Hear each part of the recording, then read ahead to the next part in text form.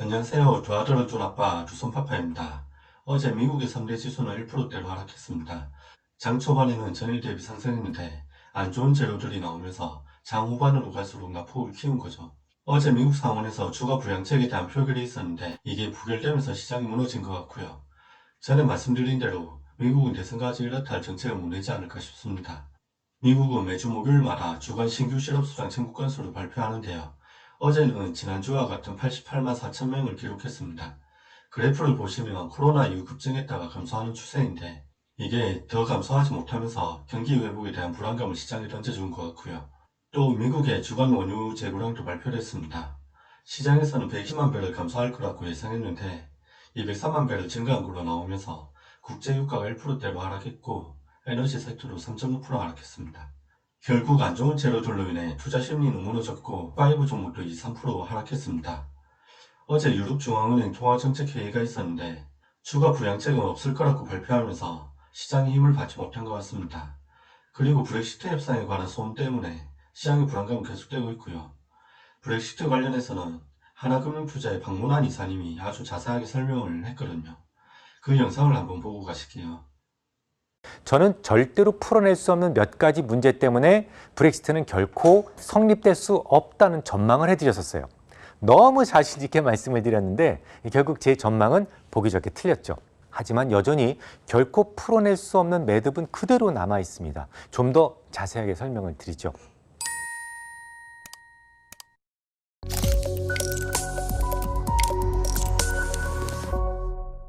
시청자 여러분, 한 주간 편안하셨습니까? 이번 주에는 대형 IT의 악재가 참 많았었죠. 우선 4분기 연속 순이익 달성에 성공한 테슬라가 S&P 500 지수 편입에 실패했습니다. 그래서 이 패시브의 대규모 매도로 인한 급락이 좀 있었고요. 차를 팔아서 낸 이익보다 탄소 배출권을 팔아서 낸 이익이 훨씬 더 많았던 것이 화근이었습니다. 또 이 중국 1위 반도체 기업이죠. SMIC마저도 제재할 수 있다. 이런 보도가 있었어요. 여기에 대해서 이제 중국은 이 대만과 관련이 있는 미국의 대형 IT들은 중국 내에서 영업을 할 수 없을 것이다 라면서 역공을 시작을 했죠. 이 중국의 그러니까 중국에 대한 그 매출 비중이 높은 대형 IT들의 하락이 깊어질 수밖에 없었습니다. 하지만 이미 수주간에 걸쳐서 충분히 설명을 드렸던 일들이고 그보다는 마침 8차 협상까지 진행 중인 이 브렉시트와 관련된 이야기가 이번 주 주제로 좀 더 적합할 것 같습니다. 아시다시피 내년부터 영국은 유로존의 구성국이 아니죠. 수년 동안 끌어왔던 브렉시트가 이제 현실화되고 유로 공동체와는 남남으로 돌아서는 것이기 때문에 영국은 EU와의 모든 이혼 절차를 조속히 마무리해야만 합니다. 지난 1월 말이었죠. 공식적인 브렉시트 선언 이후에 모두 8차례 이혼 협상이 있었습니다만 아무런 결과를 도출시키지 못했어요. 만약 노딜 브렉시트로 귀결된다면 영국은 상당한 혼란이 생길 텐데요. 이상하게 당사자인 영국은 그다지 급한 것 같지 않습니다. 오히려 지난 일요일 날 보리스 존슨 영국 총리는 이렇게 이야기를 해요. 만약 10월 15일 이전에 협상을 타결하지 못한다면 브렉시트 협상을 포기하겠다라고 말이죠. 오히려 상대방을 압박하는 느낌마저 주고 있습니다. 뿐만 아니라 8차 협상을 앞두고 프로스트 영국 측 보좌관은 협상 상대방인 미셸 바르니에 EU 브렉시트 협상 수석대표에게 이렇게 이야기를 합니다. 우리는 6개월간 대화를 충분히 나눠왔다. 더 이상 잘 다져진 길은 없다. EU는 영국의 독립국으로서의 지위에 대해서 조금 더 현실적인 생각을 가져야만 한다. 만약에 타결에 실패한다면 우리는 EU가 호주와 맺은 것과 같은 조건 하에 교역을 하게 될 것이고 나머지 연말까지의 기간 동안 우리는 이에 대한 준비를 더 강화할 것이다 라고 말을 했어요. 호주 모델이라고 그러는 건 별거 아니고 그냥 WTO 체제 하에서 교역하자는 겁니다. 결국 브렉시트 협상의 실패를 전제로 한 발언이었죠.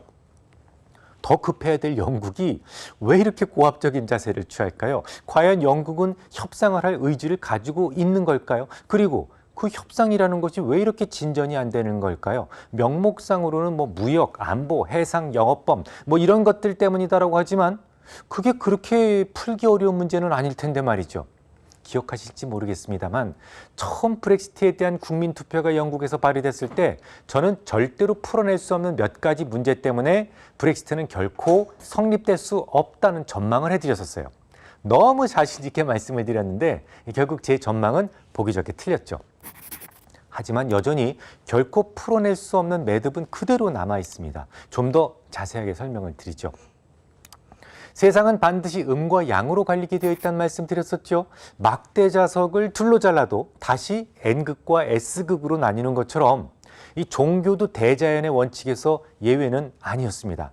이슬람도 수니와 시아로 갈렸듯이 캐톨릭도 신교와 구교로 나뉘게 되죠. 사람들은 누구나 한쪽의 특성을 더 많이 가지고 태어납니다. 남자로 태어나거나 여자로 태어나거나 아니면 좌파나 우파처럼 말이죠.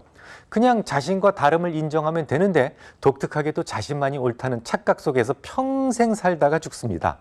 특히나 정치, 종교에서 각자의 생각이 충돌하게 되면 거의 죽음도 불사하죠. 그 대상이 자신의 친구나 가족일지라도 말이죠. 아일랜드가 그랬어요. 원래 아일랜드 섬 전체가 영국의 지배하에 있다가 독립했는데요. 하지만 모두가 독립을 원한 것은 아니었어요. 북아일랜드는 영국으로부터 독립을 반대했습니다.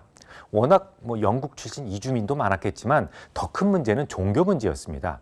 아일랜드는 전통적으로 캐톨릭 우세였습니다만 북아일랜드는 개신교도가 월등하게 많았어요. 그리고 이들은 서로 어울리지 못했습니다. 일단 잠시 지도를 보시면서 생각해 보죠. 이렇게 빨간색 화살표로 표시된 것이 북아일랜드입니다. 만약 경상도가 종교적인 문제로 과거 우리가 독립할 때 일본에 남겠다고 우긴다면 우리가 가만히 있겠습니까? 있을 수가 없죠. 당연히 아일랜드는 가만히 있지 않았죠. 한동안 포연 속에 머물 수밖에 없었는데 1922년도로 기억합니다만 북아일랜드를 제외한 지역만 아일랜드로 독립을 하게 되죠. 그 이후에도 둘 사이는 오랜 시간 동안 폭탄을 주고받는 사이로 남아있다가 지난 1998년 4월 10일에서야 북아일랜드 벨파스트에서 평화협정이 만들어지게 됩니다. 아일랜드는 이후에 북아일랜드 6개 주에 대한 공식적인 영유권을 포기하게 되고 쌍방간에 들고 있던 총뿌리를 내려놓게 되죠. 하지만 말입니다. 이 종교상의 문제로 서로 대립은 했지만 아일랜드하고 북아일랜드는 하나의 섬에 살았던 하나의 민족이잖아요. 결국 피는 물보다 진하다고 이 북아일랜드인들은 영국령 안에 있으면서도 우리의 실질적 뿌리는 아이리시라는 것을 대부분 인식하기 시작하죠. 영국 역시 북아일랜드를 실질적 점유를 하고는 있지만 아일랜드와의 인적 국경을 설치하지 않는다라는 약속을 협정안에 넣게 두고요. 그리고 이제 20년 정도가 흘러버렸습니다. 서로 간에 그동안 결혼도 하고 친구도 사귀고 그러면서 북아일랜드는 영국이면서도 아일랜드와는 아무런 제약 없이 드나들 수 있는 특별한 구역이 되었던 것이죠. 여기서 문제가 발생합니다. 앞서 말씀드렸듯이 영국은 아일랜드와 북아일랜드가 서로 아무런 제약 없이 왕래할 수 있다는 약속이 전제되어 있다고 말씀을 드렸었는데요. 그것은 영국이 EU 회원국일 때나 가능한 문제였어요. 이제 올해 말이면 영국은 유로존과 이혼하고 남남으로 살아갑니다. 자, 지도를 다시 한번 보세요. 이 토끼처럼 생긴 그레이트 브리튼 왼쪽에 위치한 아일랜드가 하나의 섬으로 되어 있어요. 그중에 황색으로 표시되어 있는 북아일랜드만 형식상으로 영국령이지 않습니까? 영국이 브렉시트로 유로존에서 떠나가게 되면 덩달아서 유로존에서 짐을 쌓아야 된다는 말이 됩니다. 하지만 이 하얀색으로 표시되어 있는 아일랜드는 여전히 유로존의 구성국가예요. 자, 그러면 아일랜드 섬에는 북아일랜드와 아일랜드 사이에 물리적 국경이 설치되어야만 합니다. 생각해 보세요. 예를 들어서 우리는 현대차가 유로존 마켓에 물건을 팔고 싶어요. 그러면 유로회의 통상 담당자하고 구체적인 협의를 거쳐야만 되겠죠. 하지만 애매모호한 북아일랜드를 경유한다면 협상 없이도 유로존에 수출이 가능해질 수 있습니다. 아일랜드와 북아일랜드는 관세 장벽이 없고 아일랜드는 유로존의 하나의 시장이니까요. 이렇게 되면 당연히 유로존 존립의 가치가 흔들릴 수가 있습니다. 초기 브렉시트 협상 때부터 EU 측에서는 결코 양보할 수 없는 전제 조건의 하드보더를 내걸었어요. 그래서 영국 측은 어쩔 수 없이 하드보더의 위치를 북아일랜드와 영국 사이로 바꾸어서 협상을 다시 재개를 합니다. 하지만 이것도 문제가 생기게 되죠. 이건 마치 제주도에 가는데 여권과 통관 절차가 필요하다는 것과 같지 않습니까? 영국령인 북아일랜드를 잘못하면 장기적으로 포기해야 되는 상황이 만들어질 수도 있어요. 이 브렉시트 초기에 여러 가지 문제, 풀기 어려운 문제로 인해서 결코 이루어질 수 없다라고 말씀을 드렸던 것은 이런 하드보더 문제 때문이었습니다. 이 지금까지 수년이 흘렀고 이 문제를 풀기 위해서 많은 천재들이 나섰지만 소용이 없었어요. 이걸 만약에 강행하다가는 아일랜드 섬 전체가 다시 포연에 휩싸일 가능성도 있습니다. 게다가 하드보더 문제는 오로지 북아일랜드에만 한정된 것이 아니었어요. 지브롤터도 마찬가지인데요. 사실상 스페인의 영토였고 안달루시아 남쪽에 붙어 있죠. 지브롤터는 1704년 에스파냐 계승전쟁 때 영국군이 개입한 이후 영국에게 복속됐습니다. 아마 길이래봐야 고작 4km에 불과하고 너비도 1.2km에 불과한 돌산이에요. 근데 이게 굉장히 중요한 이유는 지중해로 들어오는 관문입니다. 지난 300년 동안 스페인은 끊임없이 반환을 요구했지만 영국은 수많은 해외 영지를 해방시켰어도 이것만큼은 꼭 쥐고 있었죠. 그만큼 이 지정학적 가치가 높았기 때문이었습니다. 이것도 브렉시트 이후에는 유로존과 동떨어진 지역이 되어버린다는 점이 문제입니다. 지금까지 아무런 제약 없이 유럽을 막 활보했었죠. 어디든 거주의 자유가 있으니까요. 브렉시트 이후에는 어떻게 됩니까? 엄격한 물리적 장벽이 만들어져요. 지브롤터 비좁은 땅은 감옥처럼 변하지 않겠습니까? 제가 폭이 1.2km밖에 안 된다고 말씀을 드렸는데 이 자전거로 달려도 10분이나 걸릴 거리입니까 이게? 여건이 없다면 자전거도 못 한다는 얘기가 되는데 그 안에 머물러야만 한다면 과연 3만 명의 지브롤터 주민들은 나 스페인 갈래 라고 어떤 독립 요구나 혹은 스페인 복속 요구를 하지 않겠습니까? 그러니까 영국은 애초에 말도 안 되는 약속을 덜컥 해버린 거예요. 그럼 어쩔까요? 이미 한 약속이니까 확 뒤집어 버릴까요? 국제법상 국가 간에 한 약속을 마음대로 뒤집어 버린다면 뭐 삼류법 국가밖에 더 되겠습니까? 그럼 사건을 처음부터 재구성해 보겠습니다. 다만 지금부터는 저의 상상력이 일부 동원되었음을 미리 말씀을 드립니다. EU 입장에서는 하드보더 문제는 EU의 존폐를 가를 정도로 매우 중대한 문제라는 건 충분히 이해하셨죠. 이게 무너진다면 배타적 단일 시장 유지가 어렵기 때문에 브렉시트 협상 초기 때부터 EU 측이 절대로 양보할 수 없다고 했던 것 중에 하나가 바로 단단한 국경의 보장이었습니다. 영국에서는 협상 초기에 북아일랜드와 영국 본섬 사이에 물리적 국경을 설치하는 것에 동의를 했습니다만 그건 영국의 오판이었어요. 내부적으로 반대가 너무 거칠어지기 시작을 했고 결국 영국은 고민 끝에 야, 이 약속 지키는 것이 정말 어렵겠구나 하는 결론을 내지 않았을까 싶습니다. 제 생각이 좀 무척 엉뚱해 보이실지도 모르겠습니다만 그래서 대타로 기용된 것이 존슨 총리가 아니었나라는 생각을 하거든요. 그가 대타로 기용된 목적은 명분을 갖추며 브렉시트를 노딜로 몰고 가는 역할을 자처했을지도 모를 일입니다. 제가 그렇게 생각하게 된 결정적 동기가 있었습니다. 이 시종일관 변함없는 존슨 총리의 고압적 자세 때문이었어요. 이 영국인답지가 않습니다. 영국은 늘 이렇게 좀 존중하는 그런 발언을 하는데요. 아시다시피 공식적인 전환 기간은 약 1년이지 않습니까? 국가 간의 FTA만 한다고 하더라도 작게는 수년에서 10년 이상 걸리는 일인데 그보다 훨씬 더 어려운 문제들을 1년 안에 해결할 수 있는 방법은 사실상 없습니다. 물론 쌍방 간의 합의만 있다면 전환 기간을 연장할 수는 있어요. EU 측에서는 내년까지 좀 미뤄보자라고 제안을 오히려 했습니다만 존슨 총리가 딱 잡아떼버립니다. 뿐만 아니라 절대로 불가능한 시한 10월 15일이다라는 불가능한 시한을 툭 던져놓고 그 안에 해결되지 않는다면 기존의 약속을 깨버린다고 선언했습니다. 이게 홧김에 나온 말은 아닌 것 같아요. 매우 계획적이었거든요. 우리 시각으로 10일 새벽 영국은 내부시장 관련법을 발표했는데요. 간단하게 설명드리자면 영국이 EU로부터 떨어져 나간 이후에도 영국은 4개 지역, 그러니까 잉글랜드, 스코틀랜드, 북아일랜드, 웨일즈에서는 단일한 통상규칙을 적용하겠다라는 겁니다. 뭐 여기까지는 그럴 수 있어요. 하나의 나라에서 다른 통상규칙을 적용할 이유는 없겠죠. 이것도 반대하는 곳은 많이 있습니다만. 하지만 그 다음 조항이 문제입니다. 우리는 벨파스트 평화협정의 커다란 이익을 지키면서도 유나이티드 킹덤에서의 북아일랜드 자리를 지키는 것도 중요하다. 앞으로 신의를 갖고 논의를 지속할 이 것이지만 이 책임 있는 정부로서 우리는 북아일랜드 지역 사회를 보호하지 못하게 될 경우에 대한 대비책도 검토 중이다라고 선언을 합니다. 좀 비비고 와서 말을 하긴 했지만 결국 영국은 브렉시트 협의 초기에 약속했던 하드보드에 대한 약속을 철회하겠다라는 것을 의미합니다. 한마디로 풀리지 않는 매듭을 단호하게 잘라버리겠다는 의미죠. 이에 대해 당연히 이유는 펄펄 뜹니다. 영국의 이 같은 조치는 브렉시트 협정 자체를 위험에 빠뜨리는 도박이다.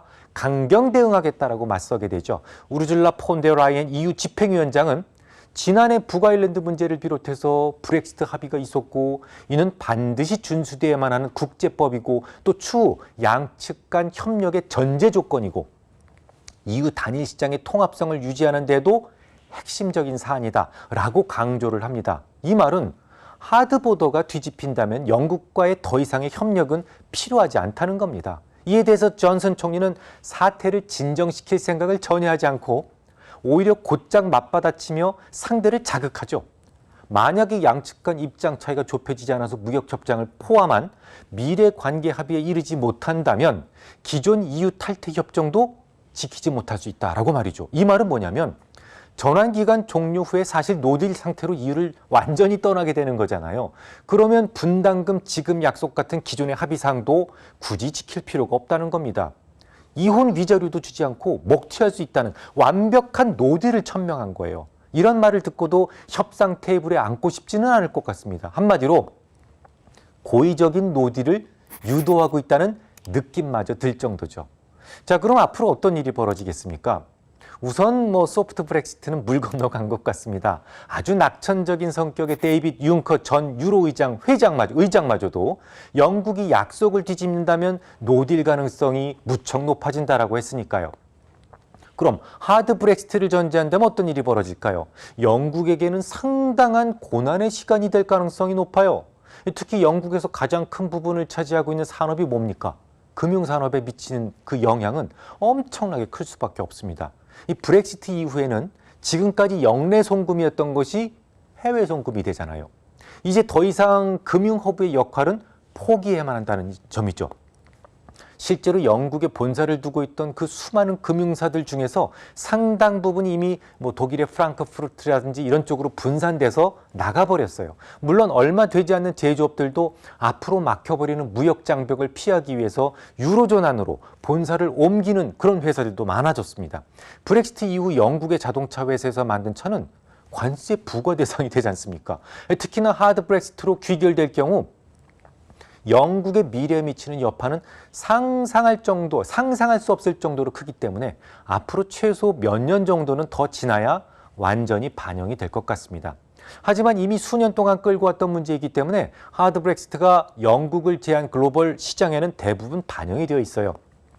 설령 하드 브렉시트로 귀결된다고 해도 잠깐 흔들리는 정도로 지나갈 가능성이 높다는 얘기죠. 그럼 하드 브렉시트 말고는 전혀 길이 없는 걸까요? 하나의 길이 더 있긴 합니다. 자존심 다 버리고 다시 유로존 안으로 들어가는 것이죠. 그렇다고 국민 투표를 다시 하는 것은 바람직스럽지 않아요. 어쨌든 국민들이 결정한 것이고 지금도 브렉시트를 바라는 국민들도 있습니다.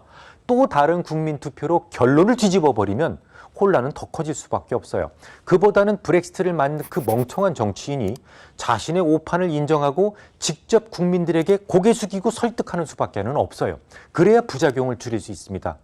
하지만 그 멍청한 친구는 죽으면 죽었지 아직 자존심을 버리고 싶지는 않은가 봅니다. 네, 여러분들이 굉장히 사랑해 주시는 바람에 구독자가 10만 구독자가 넘었습니다. 앞으로도 계속 제가 열심히 노력을 해서 좀 더 좋은 정보를 계속해서 전해드리도록 노력하도록 하겠습니다. 그러기 위해서는 여러분 뭐가 필수인지 아시죠? 구독, 좋아요. 구독, 좋아요. 네, 고맙습니다.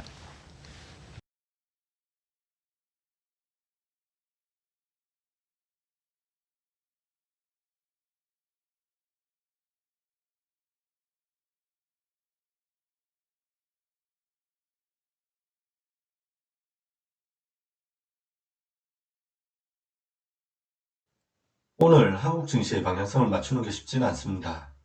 최근에는 미국이 빠질 때도 우리나라는 힘을 받고 올라갔거든요. 오늘도 그렇게 할 수 있을지 지켜봐야 되겠습니다. 카카오게임즈는 오늘도 상한가를 가고 있는데 저는 더 이상 보지 않고 매도했습니다. 기존의 최고 목표치를 시가총액 기준으로 5조 2천억 원을 잡았고 지금 상한가 기준으로 시가총액 5조 9천억 원입니다. 인간의 영역에서도 먹을 게 많은데 굳이 신의 영역에서 먹으려고 피 터지게 싸울 필요는 없잖아요.